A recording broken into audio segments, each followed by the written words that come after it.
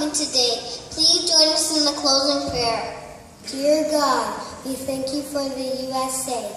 We thank you for our freedom. We thank you for our soldiers and our president. We love you. In Jesus' name, amen. Amen. Even though it's time to go, we'll give you one last thought.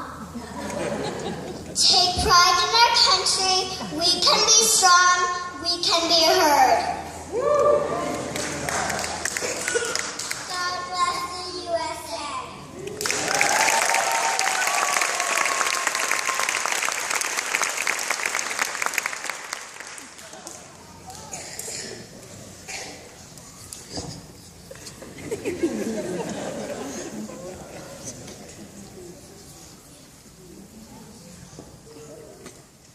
Parents, we would like you to come forward to take some really cute pictures.